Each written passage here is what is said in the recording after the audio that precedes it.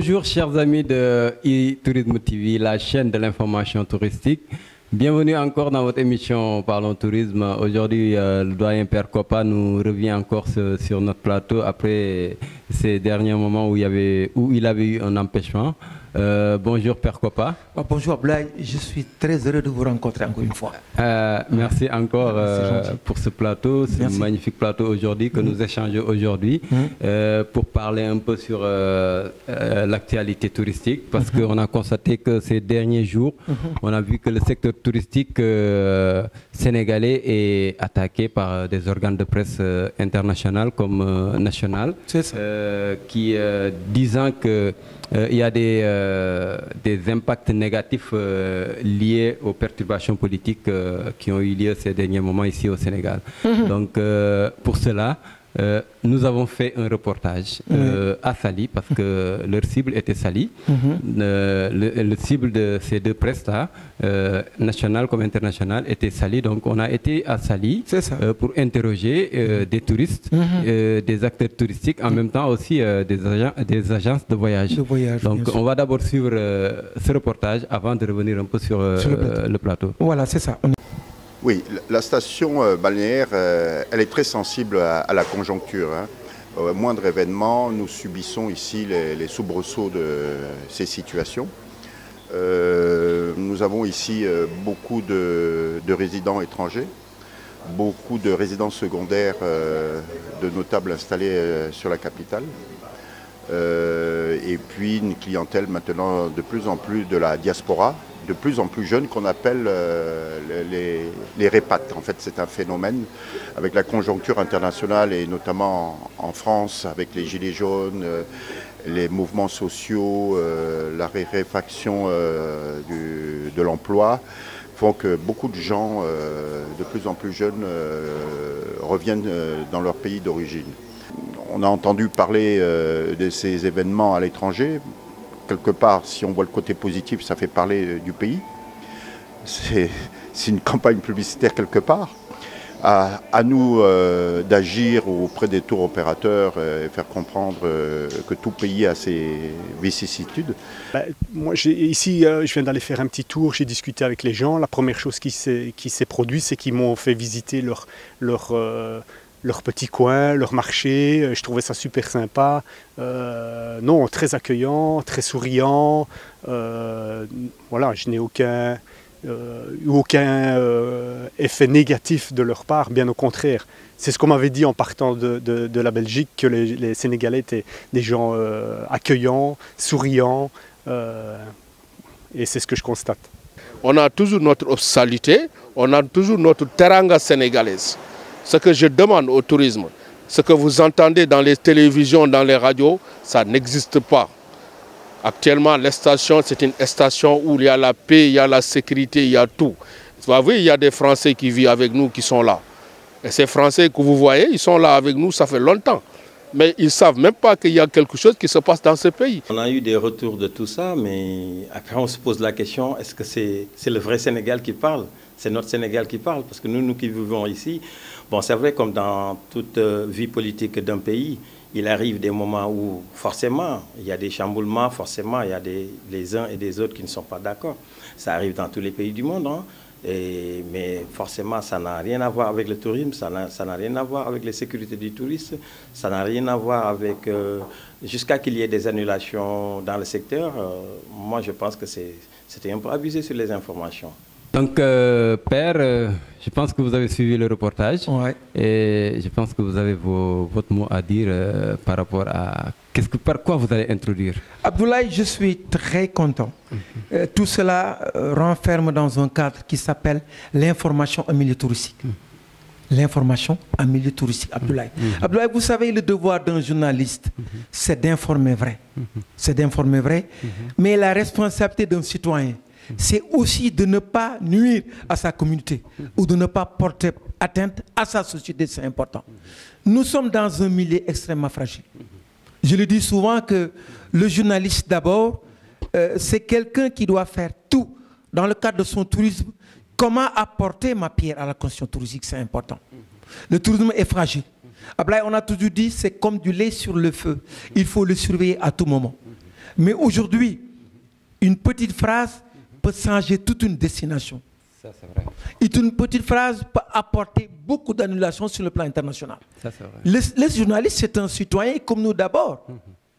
De ne pas se précipiter pour dire que j'ai la une. C'est moi qui ai porté la nouvelle. Mais quelle nouvelle? Tu viens dans une station. Moi, je pense qu'avant de rencontrer les pratiquants, dans la station, il y a ce qu'on appelle une direction de la SAPCO. On doit s'adresser au directeur de la SAPCO. On doit s'adresser aux responsables touristiques qui sont sur place avant d'émettre une idée. Ablaye, moi, je pense que la déontologie journaliste, c'est ça en fait compte. Parce qu'aujourd'hui, on n'a pas de chroniqueur touristique, il n'y en a pas au Sénégal. Mais il y en a en France.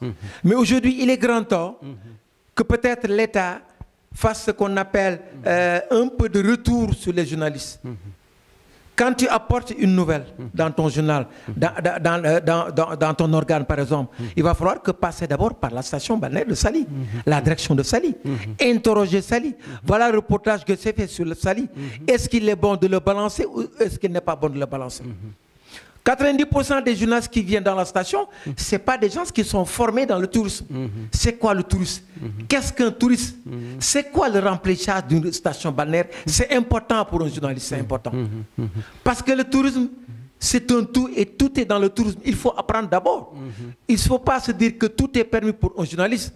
Moi, je suis dans le secteur depuis plusieurs années. Je suis sorti d'une grande formation touristique. Je suis allé vers la presse.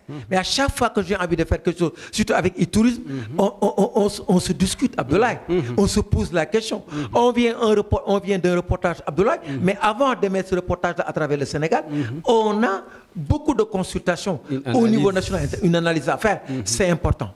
C'est important, Abdoulaye. Non, c'est important. Moi, je pense que, Père, comme vous venez de le dire, il est temps que peut-être dans toutes les stations touristiques, qu'il y ait des bureaux d'information. C'est ça, c'est-à-dire des bureaux qui vont permettre à peut-être toute personne voulant avoir des informations, que ce soit un journaliste, que ce soit un touriste, que ce soit n'importe qui, puisse passer dans ces bureaux d'information-là pour avoir la bonne information. Parce qu'on peut venir tomber sur la première personne et lui tendre notre micro et lui demander une question, mais il va répondre par rapport à lui, ses intérêts. Justement. Ça peut être quelqu'un qui ne se retrouve pas dans le secteur touristique, il va te dire directement ce qu'il ressent.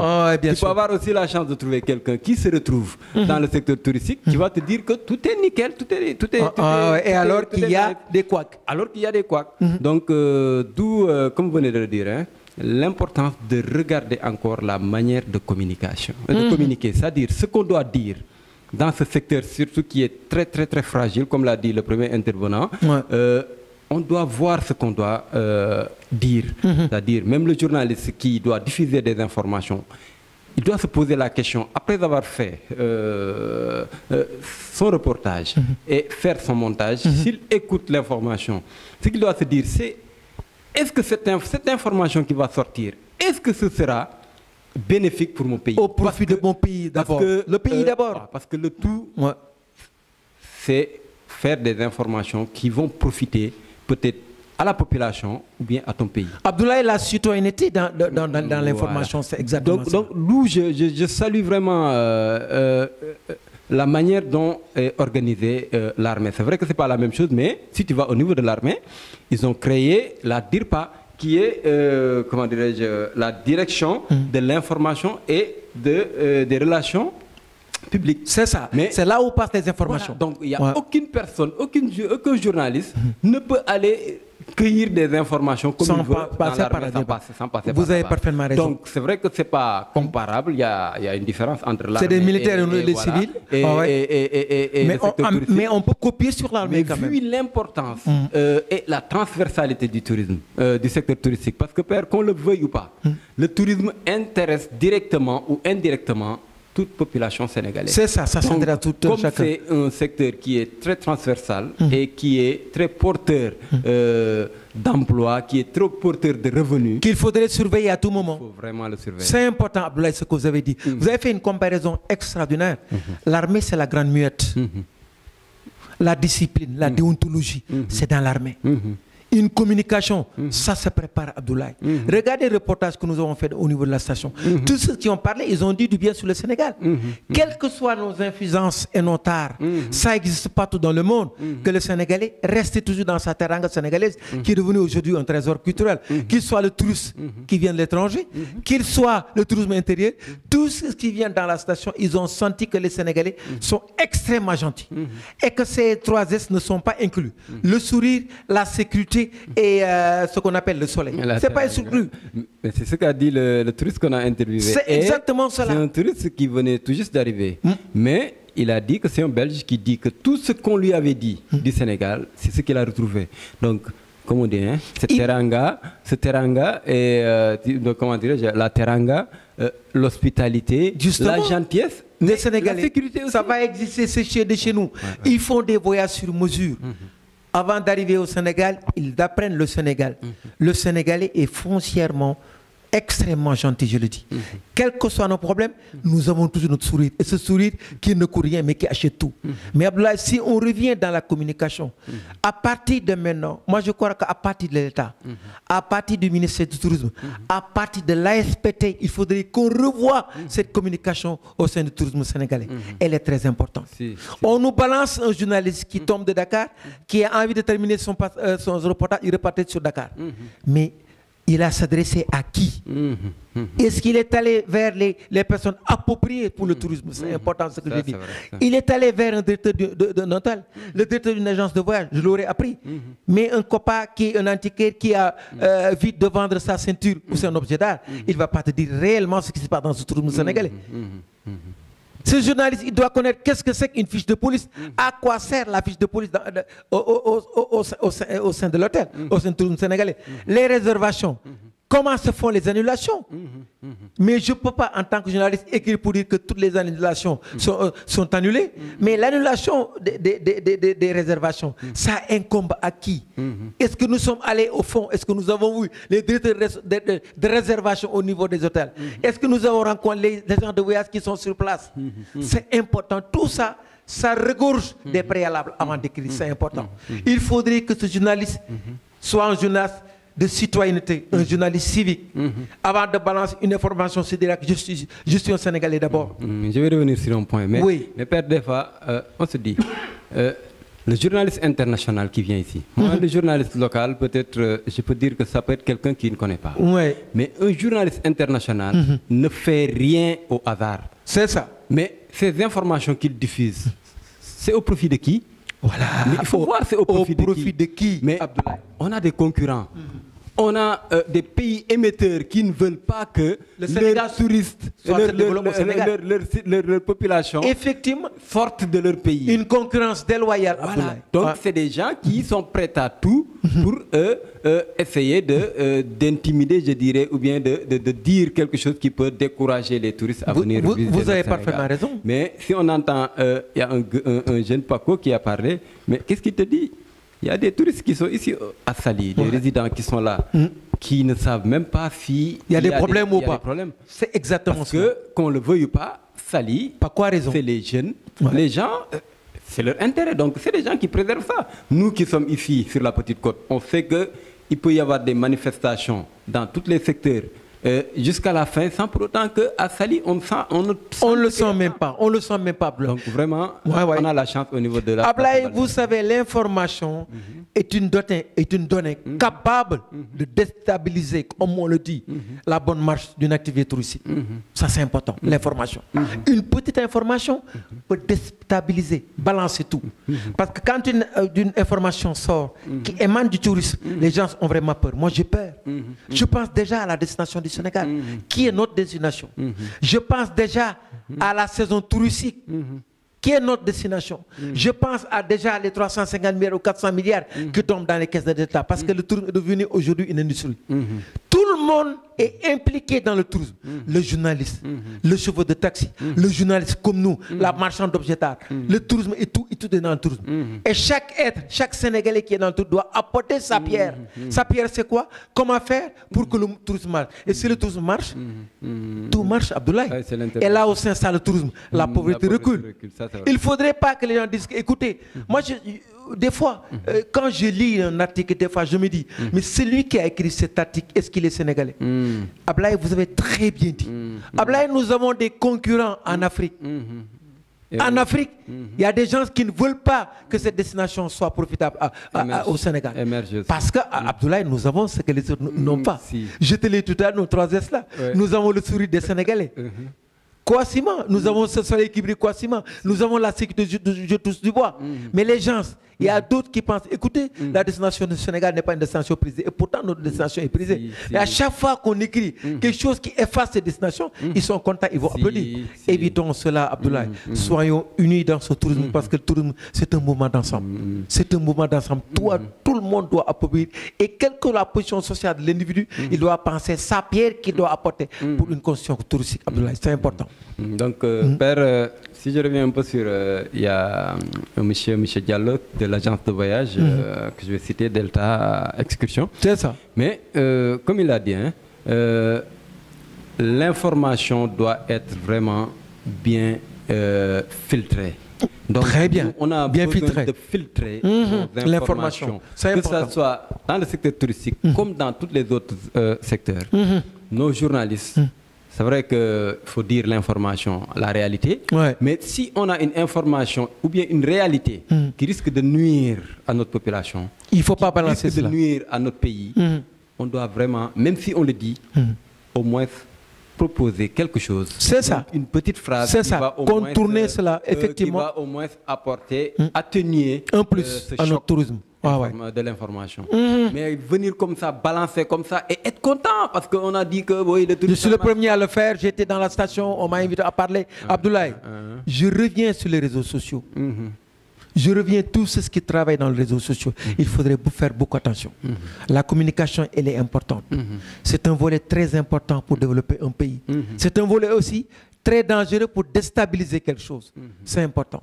Abdoulaye, le tourisme, une information en milieu touristique, ça doit être une information véridique, véridique comme tu as bien dit, et bien vérifiée. Abdoulaye, on m'envoie au niveau de la station. Avant de faire quoi que ce soit, je dois venir d'abord rencontrer la direction e-Tourisme TV.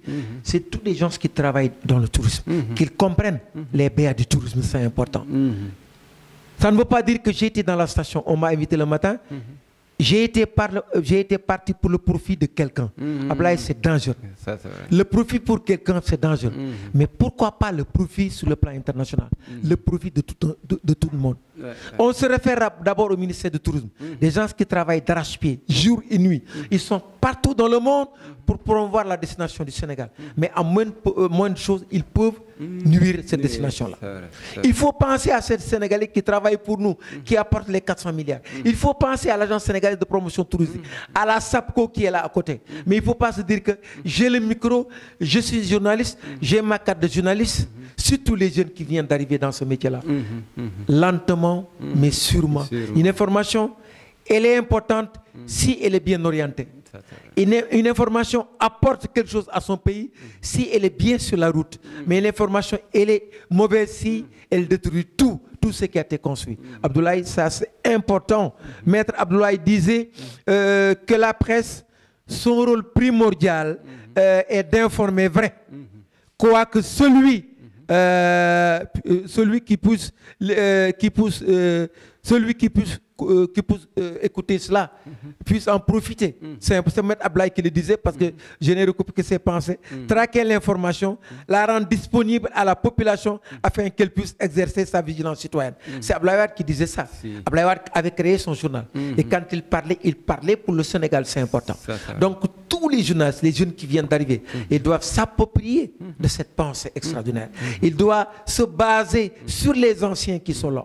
Il y a de très bons journalistes, mais des journalistes d'une citoyenneté extrêmement large, Abdoulaye. Tout ce qu'ils font, c'est pour apporter un plus à leur pays. Aujourd'hui, quand je me lève, que j'ai mon micro qui va vers la station, je me dis, aujourd'hui, dans la journée, qu'est-ce que je dois apporter pour mon tourisme sénégalais? C'est important, Abdoulaye. Mais Père, aussi, si je reviens un peu, moi, ce qui me... Bon, c'est pas qu'on est partisan, on n'est pas contre que les gens disent du bien ou du mal dans le secteur touristique. C'est ça. Mais moi, je pense que ces informations sont sorties bien après les événements, ces perturbations liées au secteur, liées à la politique sénégalaise. Donc, moi, je pense que ça aurait été au moment où il y avait ces problèmes-là, jusqu'à une semaine après, on peut dire, mais c'est des informations qui sont sorties souvent plus de 10 jours après ces événements-là. Il y a beaucoup de choses qui sont passées après. Il y a beaucoup de choses. Et c'est au moment où les choses sont redevenues normales. Voilà, normal. Donc, on ne peut pas vraiment dire que tout doit aller rouler comme sur des roulettes. Parce que le premier intervenant, Jean-Paul, qu'est-ce qu'il a dit? Mais c'est un peu partout dans le monde. Tu vas... On va pas citer, on peut citer un peu en Europe. Nous sommes au 21e siècle, Abdoulaye. C'est partout dans le monde, partout à ces problèmes. Et chacun a ses problèmes. Mais pourquoi nous, on laisse n'importe qui venir dire tout ce qu'ils veulent de notre secteur? Et ce qui me fait le plus mal, c'est nos acteurs touristiques, certains de nos acteurs qui vont relayer ça et être très contents. À quoi ça rime? C'est là où le danger se trouve. C'est comme s'il y a des gens qui sont dans ce secteur et qui ne veulent pas que le secteur avance. Il y en a, Abdoulaye, qu'on le dise ou pas, vous avez parfaitement raison. Abdoulaye, moi je ne peux pas concevoir un journaliste étranger qui ne connaît même pas les réalités touristiques sénégalaises. C'est ce qu'on appelle l'amateurisme des pratiques touristiques sénégalaises. Ça existe. Tu tombes dans un avion, le lendemain, tu visites la station balnéaire de Saly, tu donnes le micro à n'importe qui. C'est extrêmement dangereux. Vous êtes tombé dans un pays étranger, un pays qui a ses lois et ses us et ses coutumes, un pays qui est indépendant depuis 1960, un pays qui a son ministère du tourisme, qui a son agence sénégalaise de promotion touristique. Si c'est du sérieux, adresse-toi à ces organes d'abord. On ne peut pas s'adresser d'abord à la rue. Abdoulaye, il faudrait que ça s'efface. C'est nous qui sommes les premiers à consommer les dégâts, nous Sénégalais. Moi, Abdoulaye, combien de journalistes étrangers on a reçus? Combien de journalistes étrangers qui sont venus voir, qui parlent avec nous? Moi, tout ce que je parle pour mon pays, c'est du bien parce que je suis Sénégalais, Abdoulaye. Quelle que soit ma position politique et autre, il va falloir que je me porte d'une autre manière, apporter une pierre à mon pays. Il y a des choses que la France n'aurait pas acceptées. L'Italie, l'Allemagne, le Brésil n'auraient pas accepté. Quand tu arrives, la Coupe du Monde de 1978 en Argentine, il y a eu le général Videla, c'est la junte militaire qui est en Argentine. L'Argentine a organisé sa Coupe du Monde. Et les journalistes qui allaient à l'aéroport, tu sais qu'est-ce qu'on dit aux journalistes? C'est pas tout à reporter. Ils ont commencé, les Français, à dire que à 2 pas des camps de concentration, on a construit des stades. On les a arrêtés. On a pris leur micro et tout. C'est pas votre problème. S'il y a des camps de concentration à 2 pas. Parlez de la Coupe du Monde de 78 et vous repartez chez vous. C'est important, Blaise. C'est un année que je vous rencontre. Il y avait le général Videla qui était sur place, qui était président de l'Argentine en 78 et l'Argentine a organisé sa Coupe du Monde. Les généraux, quand ils sont arrivés, beaucoup de gens ont dit, écoutez, les stades sont construits à 2 pas des camps de concentration. Nous, on n'a pas besoin de connaître les camps de concentration. On a besoin qu'ils nous fassent des reportages sur le football mondial. C'est exactement cela, Abdoulaye. Il faut être un citoyen, Abdoulaye. L'amateurisme doit disparaître, surtout sur le produit touristique. Il est fragile, c'est du lait sur le feu. Quand on s'adresse à des Sénégalais, il faut que les Sénégalais représentent d'abord le président de la République, le ministère du Tourisme, le directeur général de la SAPCO et tous ceux qui travaillent dans ce produit important pour l'économie nationale, Abdoulaye. Mais, Père, je vous pose une question. Oui. Et là, selon vous, quelle est la part du ministère du Tourisme dans toute cette affaire? Dans toute cette affaire. Mais le ministère du Tourisme aujourd'hui, Abdoulaye, il est grand temps que le ministère du Tourisme organise sa communication. Elle est très importante. Aujourd'hui, même au niveau de la communication, le ministère du Tourisme doit avoir son bureau. Je ne dis pas la SAPCO. Ça, c'est le bureau du ministère du Tourisme, avec sa télévision, qui ne travaille que pour ça. Et chaque homme de presse, chaque média qui se déplace doit d'abord avoir l'aval de ce bureau. Quand tu arrives, on te donne une carte. Tu circules la station et qu'en retour, tu remets ta carte au niveau du bureau. Et que le bureau auditionne ce que tu as posé. C'est important. Effacer ce qui est nuisible pour notre tourisme et dire que ça c'est bon pour faire ce risque. C'est exactement cela, Abdoulaye. C'est ça ce que le ministre devait faire d'abord. Le ministère du Tourisme doit avoir dans les consulats, dans les ambassades, un bureau de communication touristique, c'est important. Les gens qui connaissent le tourisme et qui font de la communication. Et chaque fois qu'il y a des réunions pour la destination du Sénégal, le monsieur qui est chargé des médias se déplace. Parce qu'aujourd'hui, on ne peut pas vendre la destination du Sénégal sans les ambassades. Mais les ambassades doivent avoir une communication communicative, une communication touristique. C'est important. Abdoulaye, le tourisme, qu'est-ce qu'un touriste? C'est important, Abdoulaye. C'est quoi le tourisme? Qu'est-ce qui les motive? Pourquoi ils viennent vers nous? Qu'est-ce que c'est que la fiche de police? Comment on annule une réservation? Comment on évalue une station balnéaire? Comment on évalue une saison touristique? C'est important parce que nous travaillons dans deux saisonnalités. Mais tous ceux qui se déplacent Abdoulaye pour faire des reportages, ils ne le font pas. C'est quoi le système all inclusive? Ils ne le connaissent pas, Abdoulaye. Parce que j'ai entendu l'autre jour, le directeur de cabinet du ministre est sorti pour dire qu'il y avait eu beaucoup plus de, comment dirais-je, pas d'annulation, mais des séjours qui ont été repoussés. Donc repoussés et annulés, ne veut pas dire. Donc repoussés par rapport à des circonstances bien définies. Ils ont envie de dire largement que tout est annulé, on a mis une croix rouge sur le Sénégal. C'est extrêmement dangereux. On peut repousser parce qu'il y a des petits problèmes. On peut repousser des réservations pour une semaine, pour 2 semaines et reprendre. Quand il y a réservation, généralement, les agents de voyage ont tendance des fois à verser ce qu'on appelle des arts. À 2 heures HES, les arts. Ça, c'est un jargon touristique, Abdoulaye. C'est quoi un art? Verser des fois sur le séjour de Abdoulaye. Abdoulaye n'est pas arrivé encore au Sénégal. Son séjour est 3 semaines. On verse 1 semaine pour Abdoulaye. Parce qu'il y a le système all inclusif. C'est important.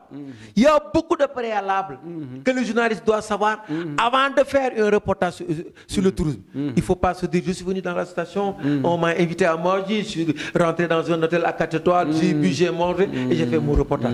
C'est extrêmement important. Il faudrait qu'on réfléchisse d'abord. Père, je pense que l'émission était... une émission tellement riche aujourd'hui. Merci beaucoup. Et vraiment, il y a eu des très bonnes questions. Qu'on sorte aujourd'hui pour parler de ça. C'est ça. Parce que ayant un secteur touristique tellement fragile, donc on doit veiller à ce que les gens puissent donner une bonne information. C'est ça, la bonne information dans le milieu touristique. Et que aussi nos autorités puissent vraiment surveiller ce secteur. Changer la donne, pratiquer cette activité autrement. Voilà, Abdoulaye, moi je suis un avocat du tourisme. 70 à nos jours, on ne parle que de tourisme, Abdoulaye. Ça, c'est vrai. Abdoulaye, si tout le monde connaissait réellement la portée du tourisme, l'importance du tourisme, il doit y avoir à tout moment la sensibilisation, l'information et l'éducation sur le tourisme afférent à notre économie nationale. Tout le monde doit être impliqué dans le tourisme. Abdoulaye, je vous remercie infiniment. Et cette relance soit une relance effective. C'est moi qui vous remercie. C'est vraiment gentil, Abdoulaye. Votre dernier mot, Père? Mon dernier mot, c'est remercier tout le monde. Relancer encore le tourisme, qu'il y ait la paix dans ce Sénégal. Quels que soient nos problèmes, les Sénégalais ont tendance à se retrouver autour d'une table. Parce que tous les Sénégalais pensent en tant que citoyens. Apporter un plus sur la table, Abdoulaye. Quelles que soient nos divergences en politique, on va se retrouver sur la table. C'est ça le Sénégal. Merci encore, Père. Merci. Mais Père, je pense qu'on n'a pas encore de mouton de Tabaski. Abdoulaye, c'est mon seul problème. Je ne dors pas la nuit, Abdoulaye. J'aurais demandé, si j'avais le courage de le dire devant mon micro, quelle est la personne qui pourrait m'aider à acheter un mouton? Dieu est gentil, Dieu est grand. 200 000 francs, 210 000 francs. J'ai pas ça pour acheter un mouton, Abdoulaye. Ça, je le dis honnêtement. Mais il y a la barre. Tout revient à Dieu. Ça, c'est vrai. Merci. Père, encore un plaisir de partager l'émission avec vous. Merci. Vraiment, je me sens vraiment, je suis très content quand je suis devant toi. Vous avez le sens du partage, Abdoulaye. Vous êtes extrêmement vraiment, gentil. c'est une émission très suivie. Et donc, tout ce qu'on dit, je pense que ça... Continuez à travailler, Abdoulaye, pour notre pays. Parce que nous sommes des citoyens. Je pense que les gens vont voir ça de manière positive parce que nous, notre objectif, c'est pas vraiment de dire que ce qu'on dit, ne doit pas parler au-delà. Notre objectif, c'est faire comment faire pour développer ce tourisme sénégalais. Voilà, donc c'est au ça. Profit des Sénégalais. Ouais, ça c'est important. Donc, chers téléspectateurs qui nous suivez sur e-Tourisme TV, c'était tout pour votre émission Parlons Tourisme. Merci encore et à très bientôt.